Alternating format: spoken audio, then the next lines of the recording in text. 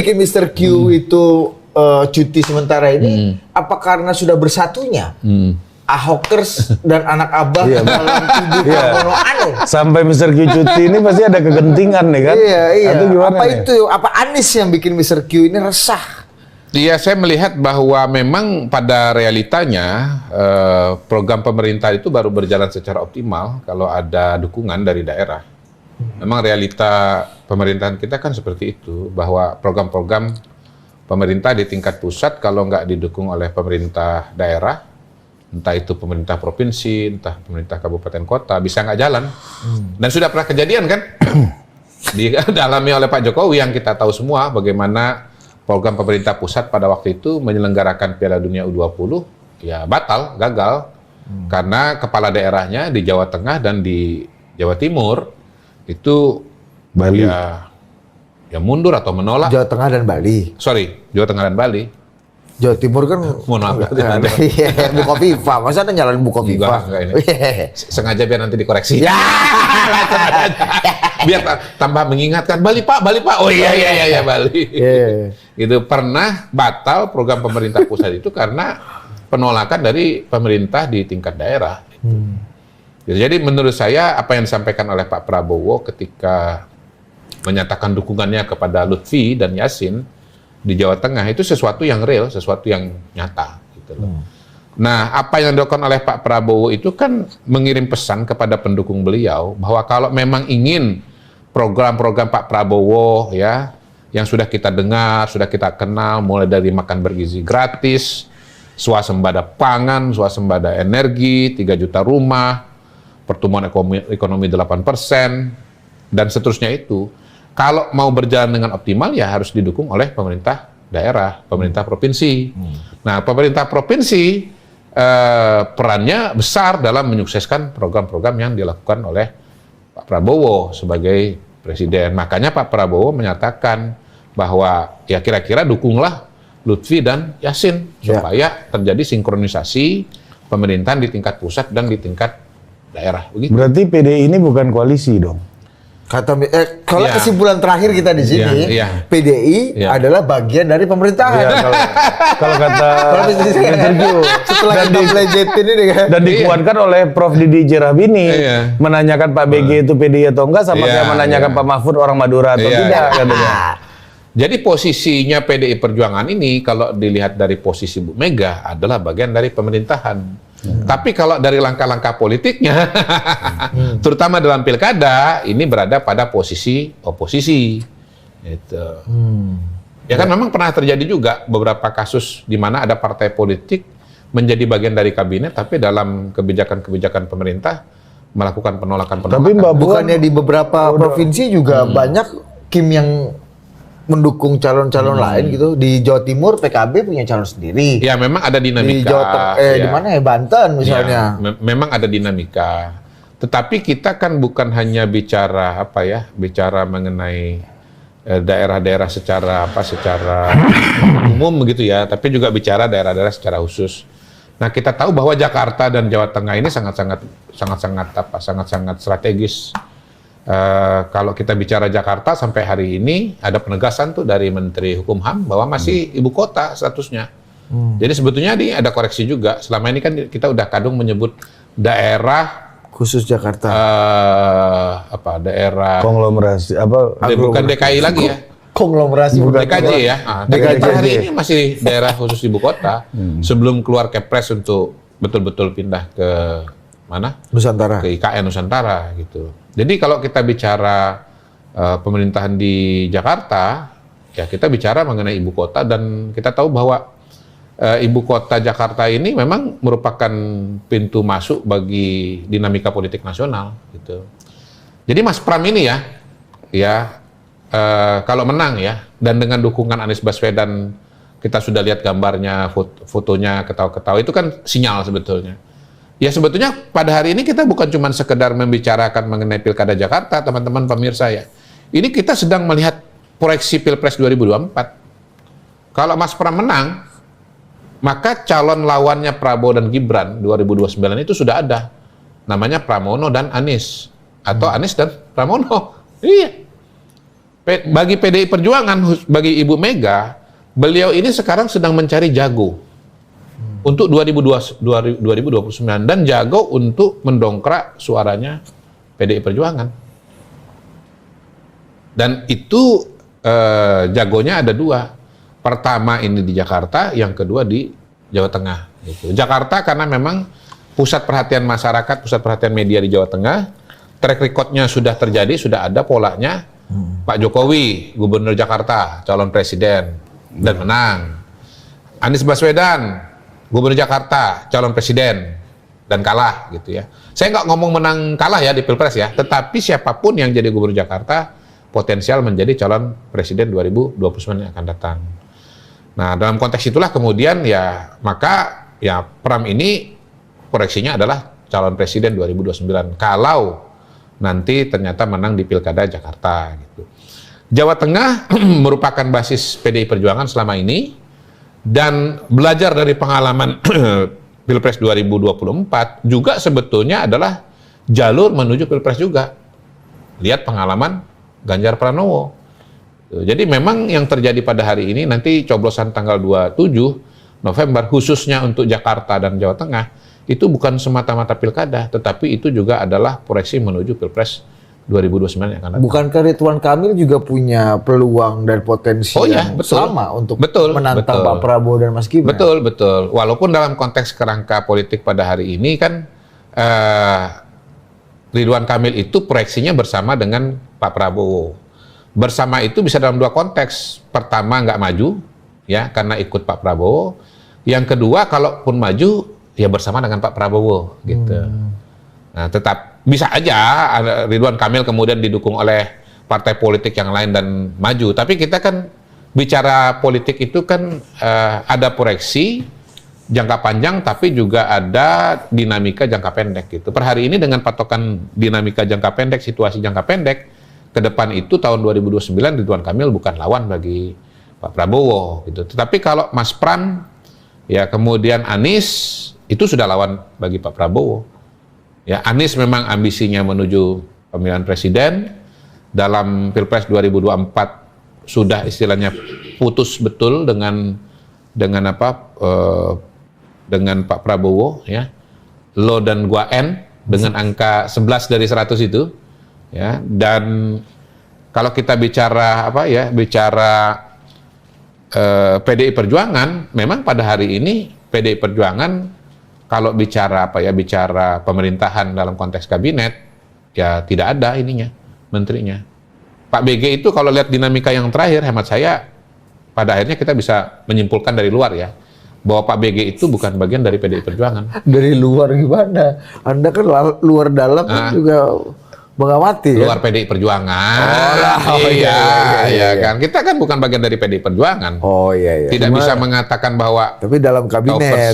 Anda kan member of kabinet. Pak BG itu bagian dari kabinet. Tapi apakah kemudian masuknya dalam kabinet itu dengan izin Bu Mega atau tidak? Per hari ini sih masih kita mengatakan to be confirm ya. Iya, to be confirm. Tapi kan dengan indikator kalau kata Prof Didi gimana? Susah mempertanyakan Pak BG. Seperti Pak Mahfud, apakah Madura atau bukan?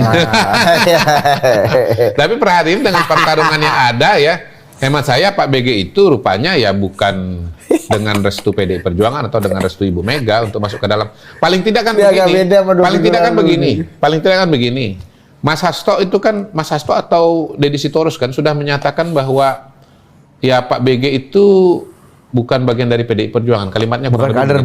Bukan kader lah itu. Nanti dicek lah kalimat pasti. Tidak ber-KTA ya? Tidak ber-KTA. Ya jadi tidak mewakili PDI Perjuangan. Gitu. Jadi paling enggak pernyataan resminya pun sebetulnya mengarah ke sana. Nah ini dengan situasi sekarang Mr. Q sampai cuti ini ada kegentingan apa di DKI ini menurut Mr. Q? Ya pertarungan kan menjadi lebih ketat ya dibandingkan dengan awal-awal survei. Harus dikatakan bahwa memang dari tren-tren survei yang ada, walaupun saya sendiri nggak survei ya, dan lepas dari perdebatan di Persepi. Iya. Kita udah hadirkan kita udah hadirkan tuh Prof Hamdi Muluk dan Bang Hanta. Betul. Dan saya sendiri juga nggak bisa ngomong banyak tentang Persepi, karena ternyata setelah saya keluar lalu berusaha masuk lagi sampai sekarang belum juga di approve. Dan karena nggak di-proof kayaknya ya udah tahu diri aja lah ya. Iya, sampai tarik aja suratnya. Iya. Sampai ketua Persepinya jadi juru bicara PCO ini kan. Sebetulnya begini, begitu kemarin ternyata dilantik bahwa jubir PSPCO itu ketum Persepi, sebetulnya agak ada harapan saya. Kawan. Tapi ya udahlah, nggak usah lah masuk Persepi, batal aja lah masuk Persepi. Daripada masuk pro kontra yang sudah ada. Okay. Nah, saya kan nggak melakukan survei dalam konteks pilkada kali ini karena di Jakarta kali ini kan. Ya. Tetapi saya melihat secara garis besar memang trennya kan Pramono dan Rano kan naik. Kemudian Ridwan Kamil dan Suswono mengalami penurunan atau paling tidak stagnan lah gitu. Nah, per hari ini anggaplah pertarungannya seimbang gitu. Pertarungannya seimbang. Atau Rano misalnya trennya naik dan unggul sedikit. Ya kalau mau menang Ridwan Kamil ya semua kekuatan politik harus turun untuk memberikan endorsement, memberikan dukungan, memberikan konteks gitu. Kalau saya pribadi mendukung Ridwan Kamil sebetulnya udah lama. Kan saya udah pernah cerita juga mungkin di sini ya, bagaimana pada saat Pilkada Kota Bandung misalnya, saya membantu Ridwan Kamil untuk mendapatkan kursi partai pada waktu itu.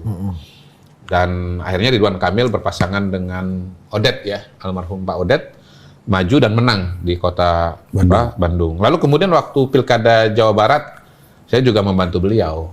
Nah, alasan saya membantu beliau seperti Pak Jokowi, bahwa kita lihat track record-nya. Kalau Pak Jokowi melihat track record Ridwan Kamil sebagai wali kota Bandung, kemudian sebagai gubernur Jawa Barat dalam mendukung Ridwan Kamil sebagai calon gubernur Jakarta, kalau saya dulu mendukung Ridwan Kamil sebagai calon wali kota Bandung, karena memang dia background ilmunya itu di situ gitu. Dia sudah berpengalaman, dia arsitek, dia dia S2-nya tuh desain ya, di Berkeley. Kemudian saya pernah ceritakan di sini juga bahwa Ridwan Kamil itu membantu Bambang Deha Surabaya. Kota Surabaya waktu Bambang Deha adalah wali kota gitu. Dan kita tahu bahwa kota Surabaya semenjak Bambang Deha itu dan dilanjutkan dengan Bu Risma itu kan mengalami perbaikan gitu ya, mengalami penataan kota taman gitu ya.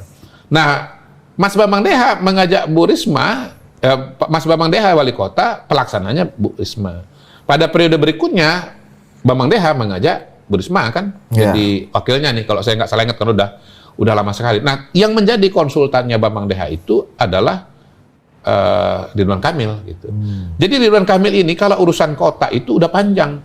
Ada tangannya di Surabaya, ada tangannya di Bandung gitu ya. Bandung menjadi lebih indah buat saya, lebih rapi, kemudian lebih menarik gitu ya.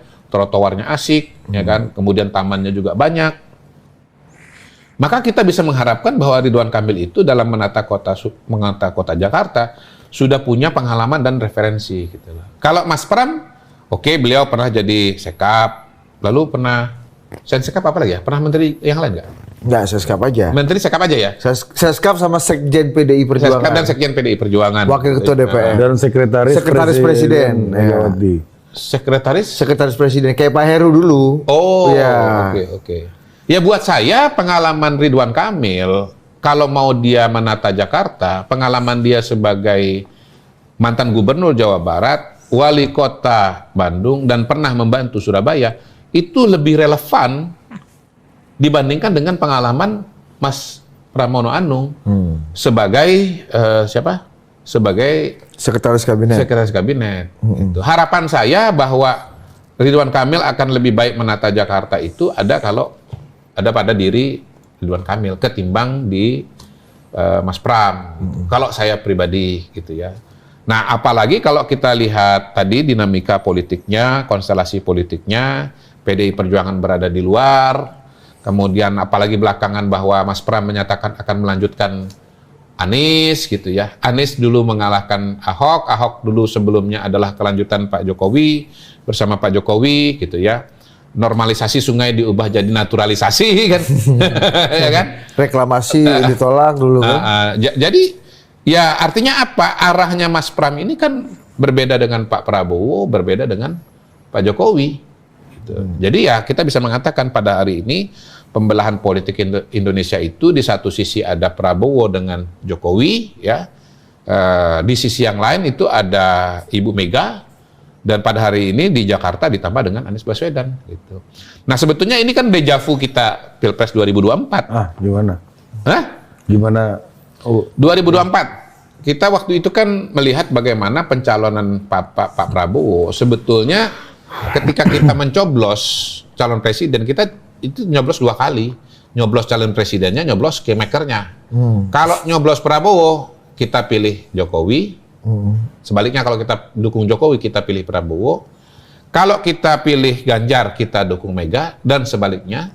Dan kita kalau pilih Anies, sebaliknya kita mendukung Surya Paloh, atau kita pilih Surya Paloh, kita mendukung Anies. Karena kingmakernya adalah 3 nama ini. Pada hari ini di Pilkada Jakarta, bacaannya ya, kalau Anda dukung Prabowo, dukung Jokowi, ya, maka Anda pilih Ridwan Kamil Suswono. Tapi kalau Anda dukung Megawati dan Anies Baswedan, ya, Anda dukung Ridwan dan Suswono, Pramono dan Rano gitu.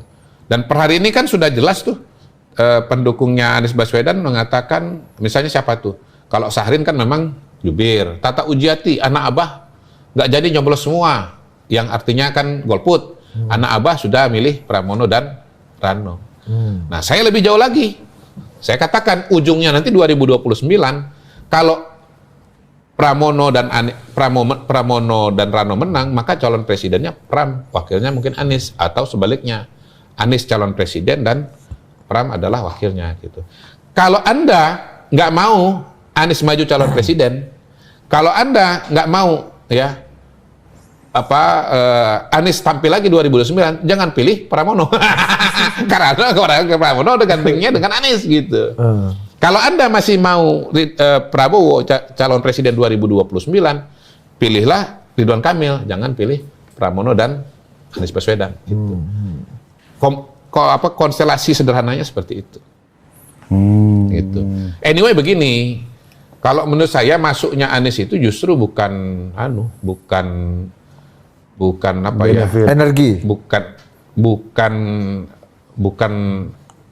Bukan sesuatu yang kemudian memastikan kemenangan. Nah, bukannya kata orang-orang gitu, wah selesai pemilu.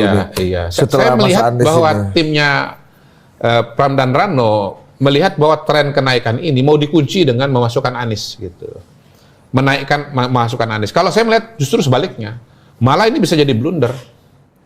Pertama yang menjadi lawan-lawan Anies ya, kayak misalnya Pak Prabowo, kemudian Jokowi, itu yang tadinya udah pulang ke Solo gitu kan. Balik lagi kan. Ya tadi malam apa ya? Kalau nggak salah ada pertemuan Pak Jokowi bersama dengan Ridwan Kamil, saya bersama Ridwan Kamil, eksplisit banget gitu. Nah yang kedua, sekarang begini. Itu bukankah orang menyimpulkannya, wah ini Pak RK dan Pak Jokowi mulai panik nih melihat Anies. Jadi justru malah yang timbul, wah ada kepanikan, ada ketakutan gitu. Gini, Mr. Q lihatnya gimana? Tergantung terminologi yang dipakai sih gitu. Mau tergantung terminologi yang dipakai. Semuanya ini kan waspada. Mau Pramono Rano waspada, Ridwan Kamil Ridho juga waspada, termasuk juga orang-orang yang di belakangnya. Emangnya Bu Mega, emangnya Anies nggak waspada nih dengan potensi kemenangan Pramono Rano kan? Justru gerakan untuk menggandeng Anies itu kan bagian dari upaya untuk meredakan kewaspadaan, meredakan ketakutan dalam tanda kutip tidak bisa menang kan? Sebetulnya sama aja, masing-masing kan was-was ya. Semua mencari strategi dan mencari taktik. Jadi sebetulnya kalau bicara deg-degan, semuanya pasti deg-degan. Nggak ada yang namanya pertarungan nggak deg-degan gitu loh. Tapi saya mau mengatakan begini, sebetulnya langkah untuk membawa Anies masuk ke dalam itu buat saya adalah blunder dan justru bisa yang akan menjadi variabel menggagalkan kemenangan Pramono dan Rano. Gimana dari logiknya gimana? Gini, kalangan minoritas awalnya itu kumpul di Pramono Rano. Satu karena PDI Perjuangan, yang kedua karena Rano ada Suswono, ada PKS di situ. Nah sekarang begitu masuk Anies dengan isu politik identitas, dengan istilah dengan istilah background politik Islam di belakangnya gitu ya, yang sangat kental.